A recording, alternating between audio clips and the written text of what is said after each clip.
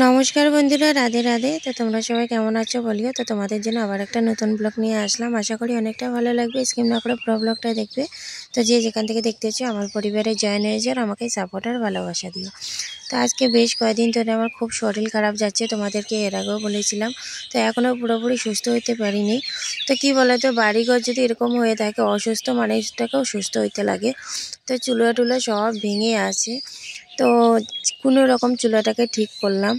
আর কি বলো তো, অসুস্থ হয়ে এরকম করে থাকতে ইচ্ছা করে না। তো দেখো এদিকে মনে করো রান্নাঘরের এই যে আরেকটা যে রুম আছে ওটাও পরিষ্কার করে নিলাম।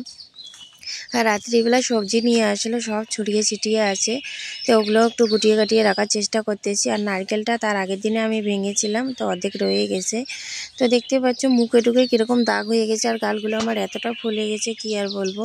মানে শরীরের কন্ডিশন খুব খুব খারাপ, কি বলবো, মানে ভাষায় প্রকাশ করতে পারবো না। আর দেখো রাত্রিবেলা এটা থাল বাসন 10টা বেজে গেছে, এখন আমার পড়ে আছে। আর উঠান বাড়ি সকালবেলা ছেলে ঝাঁট দিয়েছে, আবার পাতায় ভরে আছে। তো কি বলতো, এটা তো হলো পাকার উপরে আমি চুলা বসাইছি। তো এখন আমি কাদা মাটি দিয়ে যেহেতু আমি চুলাটাকে ঠিক করলাম, তো দেখো পাকাটা একবারে কীরকম হয়ে যাচ্ছে। আর পাকার মধ্যে যদি মাটি কাদা জল পড়ে থাকে বিচ্ছিরি লাগে দেখতে। তো ওগুলো মুছে নিচ্ছি। তো ওগুলো মুছে নেওয়ার পর মাদের বাড়ি গেলাম সবজির জন্য, কারণ আমার ওষুধ খাওয়ার টাইম হয়ে গেছে। আর বেলা 12টা 1টা বেজে গেছে, এখন আমি সকাল থেকে ভাত খাইনি। তো আমাকে টাইমলি ওষুধ খাইতে বলছে, টাইমলি খাইতে বলছে, কিন্তু এই যে বলি না, শরীরের পরিস্থিতির জন্য কিছু করতে পারি না। তো আজকে বেশ কয়েকদিন হয়ে গেছে আমি মেয়ের জামা কাপড়ও ধুতে পারতেছি না।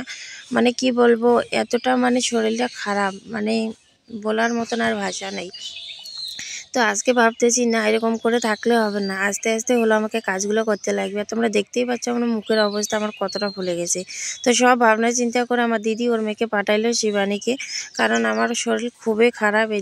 এই কারণে ওকে পাঠাইলো, যে বলছে আর কি যা তোর মাসিকে একটু সাহায্য করে দিয়ে আয়।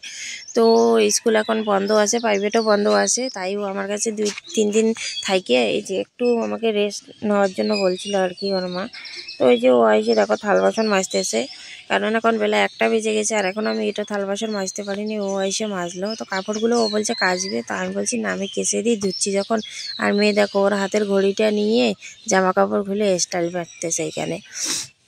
তো কি বলবো আর, মানে একটার পর একটা লেগে রয়েছে, একটার পর একটা লেগে রয়েছে। তারপরে দেখলাম দিদি সিমের বীজ পাঠাইছে, সিম পাঠাইছে। আর এই সিমগুলো না চচ্চড়ি বানাইলে না খাইতে খুব টেস্ট হয়। আর এখানে এই যে মাদের জন্য 1 বাটি আমি সিমের বীজ পাঠাচ্ছি। আর মেয়েকে দেখো এখানে খায়ে ওর কাজ নাই, এমনি মেয়েটার শরীর ভালো না, সর্দি কাশি, তার মধ্যে দেখো জুতা পরিষ্কার করতেছে। ও জুতা না, ওগুলো লিজার জুতা, ওগুলো জুতো সাবান দিয়ে ডলে ডলে পরিষ্কার করতেছে। মানে মেয়েটা উপকারী খুব আর কি, মানে নিজের কথা ভাববে না, অন্যের কি আছে না আছে ওগুলো পরিষ্কার করে বেলাবে। তো রাত্রিবেলা নিয়ে আসে চিংড়ি মাছ, আর ওই যে দিদিদের বাড়ি থেকে সিমের বীজ। তো চিংড়ি মাছ দিয়ে সিমের বীজ আজকে একটু মাখা মাখা করে বানাবো। কে খাইছো না খাইছো একটু কমেন্টে জানাইও। আর আমার জন্য মটরশুঁটি দিয়ে আলু দিয়ে বানাবো, আমি তো এগুলো কিছু খাই না আর খেতেও পারবো না। তো এই যে আজকের রান্না এটুকুই।